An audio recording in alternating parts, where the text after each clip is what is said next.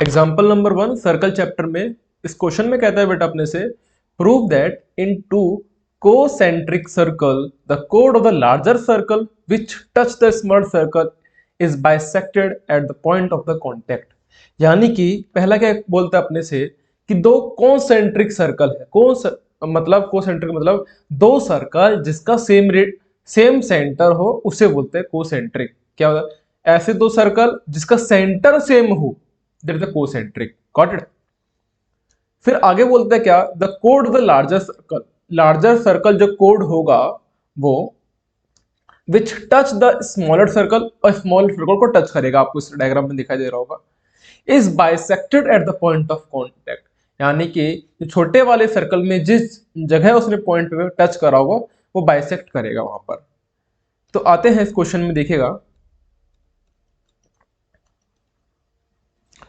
तो बेटा C1 and C2 हम मान लेते हैं गिवन। देखो गिवन क्या है, C1 and C2 are two concentric circle with same radius centre O and AB is the कोड of a larger circle. AB क्या है बेटा? कोड है लार्जर सर्कल का।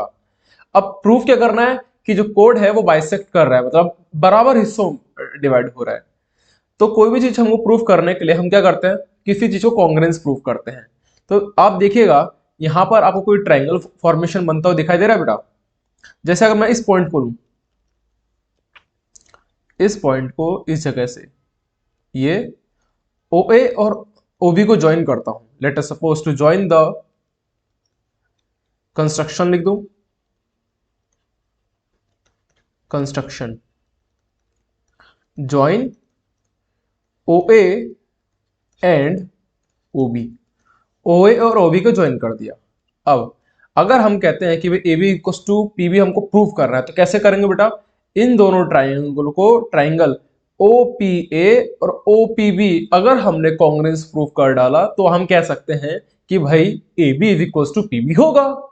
क्योंकि भैया कॉन्ग्रुएंस का रूल क्या कहता है कि भैया अगर आप पूरे दो ट्रायंगल को हूबहू बराबर कर दो, फिर उसके बिहाफ पर आप कह सकते हो कि उसके जो साइड होंगे करस्पॉन्डिंग वो बराबर ही होंगे। Got it? तो हम लेते हैं इन ट्राइंगल, एक ट्राइंगल लीजिए OP और A, और दूसरा ट्राइंगल लेते हैं बेटा OP और B। ठीक है, दो समझ में आ रहा बेटा? अब आगे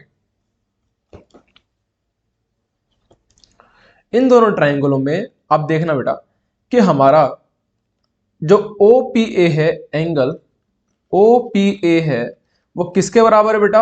एंगल OPB के बराबर है। ठीक है, ईच 90 डिग्री।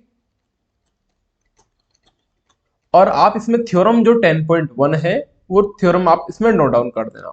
ठीक है, बाकी ईच 90 डिग्री लिख दोगे तब भी सही कहलाएगा। दूसरी चीज देखिएगा आप कि दोनों ट्राइंगलों में एक चीज कॉमन आ रही है, वो क्या बेटा? OP कॉमन आ रहा है, OP is equals to OP होगा। ये क्या है हमारा, कॉमन है कि नहीं? तो आप लिख देना दैट इज अ कॉमन। ठीक है, लास्ट अब देखिएगा बेटा OA किसके बराबर है? OB का बराबर है कि नहीं? OA किसके बराबर है बेटा? OB के बराबर है। तो हम कह सकते हैं सेम रेडियस, दोनों की क्या है? Same radius, same radii. अब देखो 90 डिग्री लग रहा है, एक हाइपोटेन्यूस 90 डिग्री लग रहा है, एक हाइपोटेन्यूस आ रहा है। RHS रूल क्या कहता है? Right angle hypotenuse side. तो राइट एंगल भी हो गया, हाइपोटेन्यूस भी आ गया अपना और साइड भी आ गया। तो बाय RHS क्राइटेरिया हम कह सकते हैं क्या कि ट्राइंगल OPA कॉन्ग्रुएंस होगा। कॉन्ग्रुएंस तो हूबहू बराबर होगा, किसके बराबर होगा? ट्राइंगल OPB के बेटा। यस या नो? देन आफ्टर दैट भैया बाय CPCT हम कह सकते क्या कि भैया AB तो AP किसके बराबर होगा? PB के। क्योंकि वह पूरा ट्राइंगल का कॉन्ग्रुएंट बराबर हो गया तो हम बाय CPCT हम कह सकते हैं ना कि जो AP है इसके बराबर होगा PB के। गॉट इट द पॉइंट और not? Got it the point और नॉट बेटा?